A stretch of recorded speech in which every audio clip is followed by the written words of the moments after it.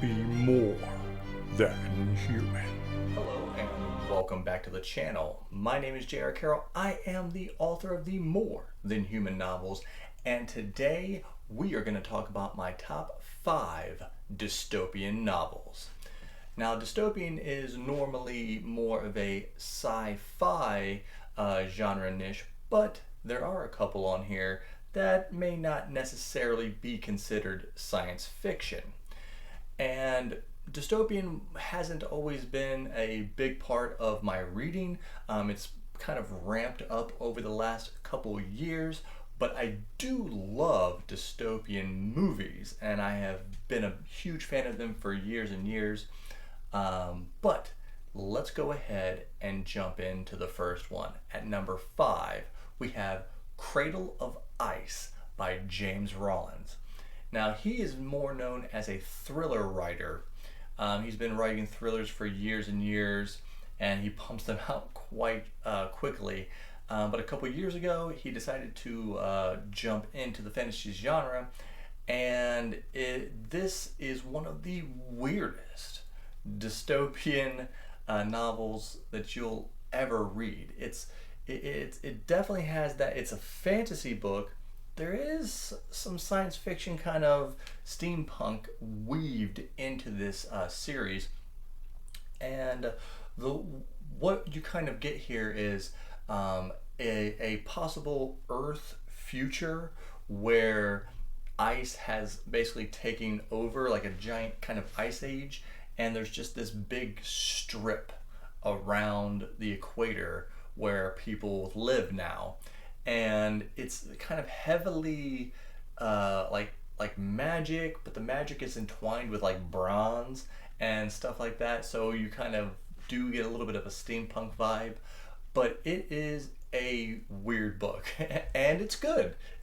So if I've read the first 2, so if you are into those kind of trippy, like futuristic dystopian stuff, I mean, and this is like way in the future.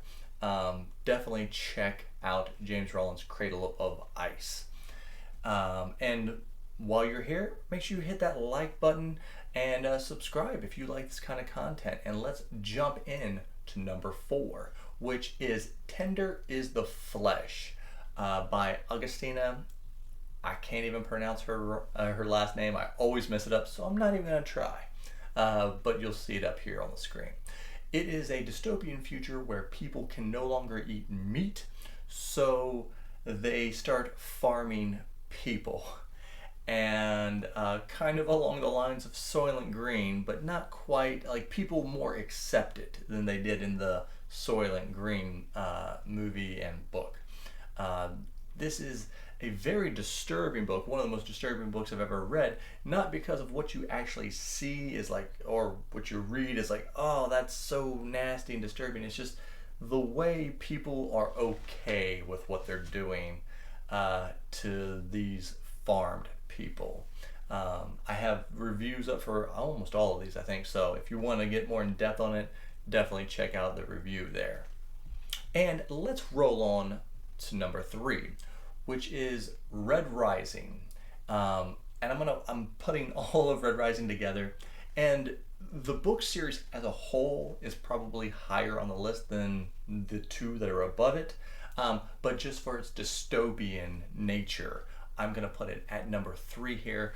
It is a 700 year in the future, I think, is where we're at, and these people have the civilization itself has created these super beings or super specialized beings. You have your golden beings who are like the perfect overall beings, and then you have different colors, do different things.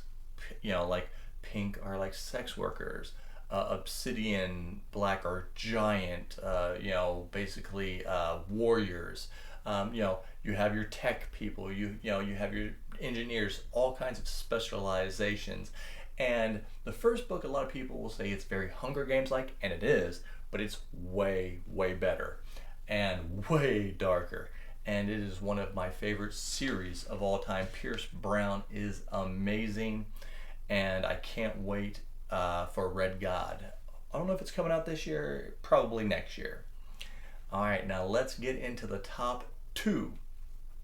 And this book just gets better in my mind every time I think about it. And as time goes on, I'm just like, I want the sequel to this so bad. And that is Daniel Green's Neon Ghost. Daniel Green came out with 2 books before this, which were in his Lawful Times series. And those are kind of, I want to say like steampunk. And this is more of a cyberpunk dystopian future. I don't think we're way in the future in this book, but it is kind of Judge Dredd meets like a dystopian future where ads are just everywhere. You can't get away from them. They're like these little robots will like fly into your window if you leave your window open and will project ads into your house, and they'll do it to your mind, and you have to pay for like ad blockers, and it is wicked different. I just love this book. You know, you got all kinds of weird stuff, techno vampires, and of course all your futuristic, cyberpunk things that you normally get into, augmentations and all that, but just the dystopian nature of it.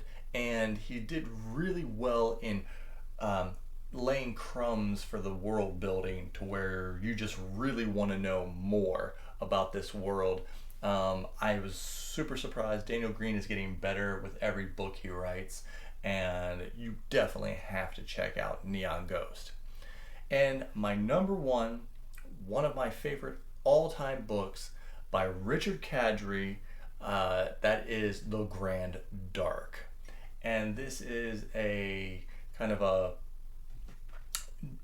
slightly in the future post-war dystopian novel, and it has to deal with a lot of like biological stuff where they're hybriding, chimera, a lot of chimeras and robots, androids and stuff.